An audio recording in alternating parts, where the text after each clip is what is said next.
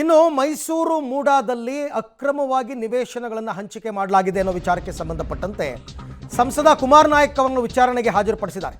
CM Siddaramaiah ವಿರುದ್ಧ ಮೂಡಾ ಹಗರಣ ಪ್ರಕರಣಕ್ಕೆ ಸಂಬಂಧಪಟ್ಟಂತೆ ನಿವೃತ್ತ IAS ಅಧಿಕಾರಿ ಕುಮಾರ್ ನಾಯಕ್ ಇಡಿ ವಿಚಾರಣೆಗೆ ಹಾಜರಾಗಿದ್ದಾರೆ. ಭೂ ಪರಿವರ್ತನೆ ಆಗಿತ್ತಲ್ಲ ಅವಾಗ, ಆ ಸಂದರ್ಭದಲ್ಲಿ ಮೈಸೂರು ಜಿಲ್ಲಾಧಿಕಾರಿಯಾಗಿದ್ದರು ಕುಮಾರ್ ನಾಯಕ್ ಅವರು. ಸದ್ಯ ಅವರು ರಾಯಚೂರು ಕ್ಷೇತ್ರದ MP ಆಗಿದ್ದಾರೆ, ಕಾಂಗ್ರೆಸ್ನಿಂದ ಆಯ್ಕೆಯಾಗಿದ್ದಾರೆ. ಅವರು ಇಡಿ ಅವರು ನೋಟಿಸನ್ನು ಕೊಟ್ಟಿದ್ದರು ಕುಮಾರ್ ನಾಯಕ್ ಅವರಿಗೆ, ನೀವು ವಿಚಾರಣೆಗೆ ಹಾಜರಾಗಬೇಕು ಅಂತ. ವಿಚಾರಣೆಗೆ ಹಾಜರಾಗೋದಕ್ಕೆ ನೋಟಿಸ್ ಕೊಟ್ಟ ಬೆನ್ನಲ್ಲೇ ಕುಮಾರ್ ನಾಯಕ್ ಅವರು ಇವತ್ತು ವಿಚಾರಣೆಗೆ ಬಂದಿದ್ದಾರೆ. ಬೆಂಗಳೂರಿನ ಇಡಿ ಕಚೇರಿಯಲ್ಲಿ ವಿಚಾರಣೆ ನಡೀತಾ ಇದೆ. ಇಡಿ ಅವರು ನೋಡಿ ಒಬ್ಬರನ್ನೂ ಬಿಡ್ತಾ ಇಲ್ಲ. ಮುಖ್ಯಮಂತ್ರಿಗಳ ಖಾಸಗಿ ಆಪ್ತ ಸಲಹೆಗಾರನನ್ನು ವಿಚಾರಣೆ ಕರೆದಿದ್ದರು. ಈಗ ಕುಮಾರ್ ನಾಯಕ್ ಅವರು ರಾಯಚೂರಿನ MP ಕೂಡ ಹೌದು. ಬಟ್ ಅವತ್ತು ಭೂ ಪರಿವರ್ತನೆ ಆಗಿದ್ದಾಗ ಇವರು ಮೈಸೂರಿನ ಜಿಲ್ಲಾಧಿಕಾರಿ ಆಗಿದ್ದರು. ಈ ಬಗ್ಗೆ ಮತ್ತಷ್ಟು ಮಾಹಿತಿ ನನ್ನ ಕೊಲೀಗ ಮುರಳೀಧರ್ ಅವರಿಂದ ಪಡ್ಕೊಳ್ಳೋಣ. ಮುರಳಿ, ಈಗ ಪ್ರಮುಖವಾಗಿ ಕುಮಾರ್ ನಾಯಕ್ ಅವರು ಜಿಲ್ಲಾಧಿಕಾರಿ ಆಗಿದ್ದರು, ಭೂ ಪರಿವರ್ತನೆ ಆದಂತಹ ಸಂದರ್ಭದಲ್ಲಿ ಫೈನ್. ಬಟ್ ಇವರಿಂದ ಏನು ತಪ್ಪಾಗಿದೆ, ಇವರನ್ನ ವಿಚಾರಣೆಗೆ ಕರೆದಿರ್ತಕ್ಕಂಥ ವಿಚಾರ ಏನು ಅಂತಂದ್ಬಿಟ್ಟು? ಅರವಿಂದ್, ಅಂದರೆ ಪ್ರಮುಖವಾಗಿ ಆರೋಪ ಇರುವಂಥದ್ದು, ಯಾಕಂದರೆ 2004 ಇದು ಭೂ ಪರಿವರ್ತನೆಯನ್ನು ಮಾಡ್ತಾರೆ, ಮತ್ತೆ ಕೃಷಿ ಭೂಮಿಯನ್ನಾಗಿ ಮಾಡ್ತಾರೆ. ಕೃಷಿ ಭೂಮಿಯಾಗಿ ಮಾಡೋದಕ್ಕಿಂತ ಮುಂಚಿತವಾಗಿ ಅದು ಮೂಡಾದ ಲೇಔಟ್ ಆಗಿತ್ತು. ಲೇಔಟ್ನ ಸಂದರ್ಭದಲ್ಲಿ ದೇವರಾಜ್ ಅವರಿಗೆ 1 ಲಕ್ಷ ಪರಿಹಾರವನ್ನು, ಅಂದರೆ 1 ಎಕರೆಗೆ 1 ಲಕ್ಷ ಪರಿಹಾರವನ್ನು ಕೊಡ್ತೀನಿ ಅಂತೇಳಿ ಮೂಡಾದಿಂದ ಒಂದು ಸ್ಪಷ್ಟನೆಯನ್ನು ಕೊಟ್ಟಿರ್ತಾರೆ. ಜೊತೆಗೆ ಒಂದು ಪತ್ರವನ್ನು ಕೂಡ ಕೊಟ್ಟಿರ್ತಾರೆ.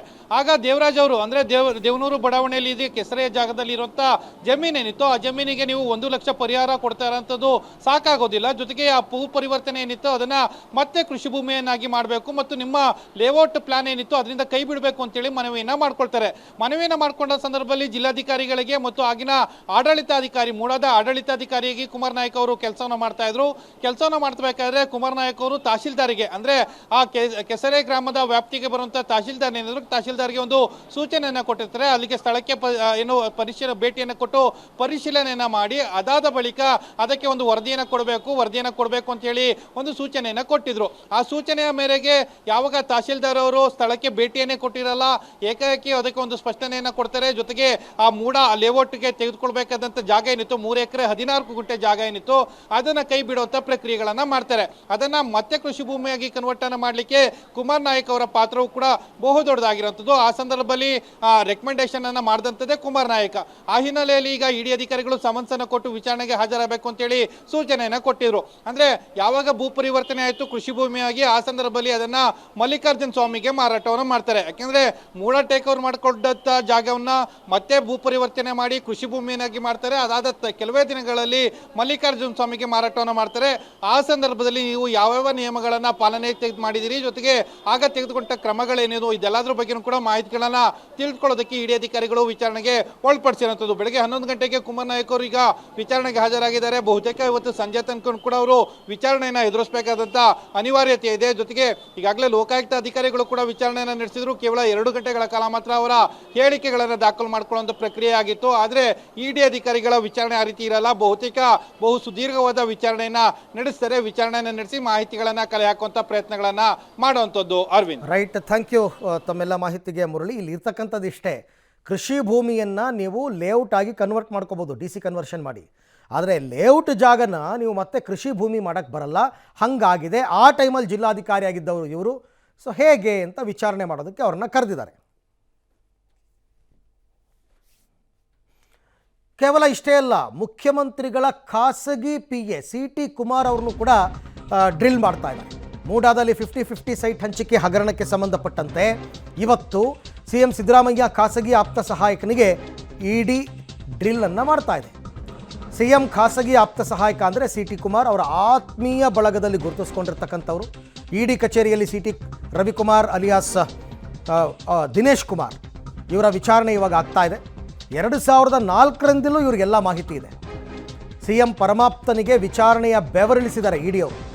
CM ಪತ್ನಿಯ 14 ಸೈಟ್ ವಿಚಾರದಲ್ಲಿ ಪ್ರಶ್ನೆಗಳ ಸುರಿಮಳೆಗರೆದಿದ್ದಾರೆ. CMಗೆ ಸೇರಿದ ಎಲ್ಲ ವ್ಯವಹಾರವನ್ನು ನೋಡ್ಕೊಳ್ತಕ್ಕಂಥದ್ದು CT ಕುಮಾರ್. ಮೈಸೂರಿನ ವ್ಯವಹಾರವನ್ನು ನೋಡ್ಕೊಳ್ತಕ್ಕಂಥವ್ರು ಕೂಡ CT ಕುಮಾರೇ. ಇಲ್ಲಿ ನೀವು ನೋಡ್ತಾ ಇದ್ದೀರಲ್ಲ, ಮಾರ್ಕ್ ಮಾಡಿ ತೋರಿಸ್ತಾ ಇದ್ದೀವಿ. ಅವರು 2004ರಲ್ಲಿ ಭೂ ಪರಿವರ್ತನೆಯಾಗಿ ದೇವರಾಜು ಅವರಿಂದ ಮಲ್ಲಿಕಾರ್ಜುನ್ ಸ್ವಾಮಿ ಜಮೀನು ತೊಗೊಂಡ್ರಲ್ಲ, ಅವಾಗಿಂದ ಇಲ್ಲಿಯ ತನಕ ಎಲ್ಲ ವ್ಯವಹಾರವೂ ಸಿ ಟಿ ಕುಮಾರ್ಗೆ ಗೊತ್ತಿದೆ. ಹಾಗಾಗಿ ವಿಚಾರಣೆಗೆ ಕರೆದಿದ್ದಾರೆ.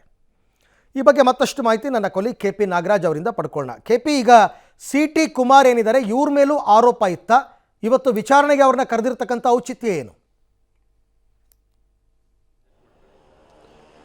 ಅರವಿಂದ್, ಇದಾಗಲೇ ವಿಚಾರಣೆ ನಿನ್ನೆ ಬೆಳಿಗ್ಗೆ ಕರೆದಿದ್ದಂಥದ್ದು, ನಿನ್ನೆ ಸಂಜೆ ತನಕ ವಿಚಾರಣೆಯನ್ನು ಮಾಡಿ ಮುಗಿಸಿರುವಂಥದ್ದು ಸಿ ಟಿ ಕುಮಾರರನ್ನು. ಯಾಕೆಂದರೆ ಅವ್ರಿಗೆ 2 ದಿನಗಳ ಹಿಂದೆ ಅಷ್ಟೇ ನೋಟಿಸನ್ನು ಬಂದಿತ್ತು. ಹೀಗಾಗಿ ನಿನ್ನೆ ಸಿ ಟಿ ಕುಮಾರ್ ಇ ಡಿಯ ವಿಚಾರಣೆಗೆ ಹಾಜರಾಗಿರುವಂಥದ್ದು. ಪ್ರಮುಖವಾಗಿ ಸಿ ಟಿ ಕುಮಾರ್ ಏನಿದ್ದಾರೆ, ಕಳೆದ ಹಲವು ದಶಕಗಳಲ್ಲಿ ಇಂದಲೂ ಕೂಡ ಸಿದ್ದರಾಮಯ್ಯನವರ ಪರಮಾಪ್ತರು ಅಂದರೆ ಅವರ ಮನೆಯ ಖಾಸಗಿಯಾದಂಥ ವಿಚಾರಗಳಿರ್ಬೋದು, ಆಸ್ತಿಗಳ ವಿಚಾರಗಳಿರ್ಬೋದು, ಜೊತೆಗೆ ಕ್ಷೇತ್ರದ ವಿಚಾರ ಇರ್ಬೋದು, ಅವೆಲ್ಲವನ್ನು ಕೂಡ ನೋಡ್ಕೊಳ್ಳುವಂತಹದ್ದು ಕುಮಾರ್. ಅದರಲ್ಲೂ ಕೂಡ ಪ್ರಮುಖವಾಗಿ ಈ ಒಂದು ಸಿದ್ದರಾಮಯ್ಯನವರ ಪತ್ನಿಯ 14 ಸೈಟ್ಗಳ ವಿಚಾರದಲ್ಲಿ ಕೆಲವೊಂದಿಷ್ಟು ಏನು ಪತ್ರ ವ್ಯವಹಾರಗಳಾಗಿತ್ತು, ಆ ಪತ್ರ ವ್ಯವಹಾರಗಳನ್ನು ಖುದ್ದು ಮಾಡಿದವರು ಕುಮಾರ್ ಅನ್ನುವಂತಹ ಅನುಮಾನಗಳಿದ್ದು, ಈ ಕಾರಣಕ್ಕೋಸ್ಕರವಾಗಿ ಸಿ ಟಿ ಕುಮಾರ್ ಅವರನ್ನು ಇ ಡಿ ಅಧಿಕಾರಿಗಳು ಡಿಲ್ಲಿಗೆ ಮಾಡಿರುವಂಥದ್ದು. ಪ್ರಮುಖವಾಗಿ 2010ರ ನಂತರದಲ್ಲಿ ಯಾವ್ಯಾವ ಪತ್ರಗಳು ಯಾವ ರೀತಿಯಾಗಿ ವರ್ಗಾವಣೆಯನ್ನು ಕೂಡ ಮಾಡಲಾಯಿತು, ಯಾವ್ಯಾವ ಅಧಿಕಾರಿಗಳ ಇನ್ಫ್ಲೂಯೆನ್ಸನ್ನು ಬಳಸಿದ್ರ, ಈ ವಿಚಾರ ಕಡೆಗೆ ಸಂಬಂಧಪಟ್ಟಂಥ ಒಂದಿಷ್ಟು ಮಾಹಿತಿಗಳನ್ನು ಅವರಿಂದ ಕಲೆ ಹಾಕಿರುವಂಥದ್ದು.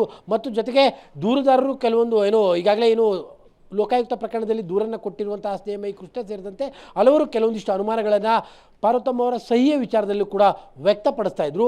ಆ ವಿಚಾರದಲ್ಲೂ ಕೂಡ ಕುಮಾರ್ ಅವರನ್ನ ಪ್ರಶ್ನೆಗಳನ್ನು ಕೇಳಲಾಗಿದೆ. ನಿನ್ನೆ ಇಡೀ ದಿನವೂ ಕೂಡ ವಿಚಾರಣೆ ನಡೆದಿದೆ.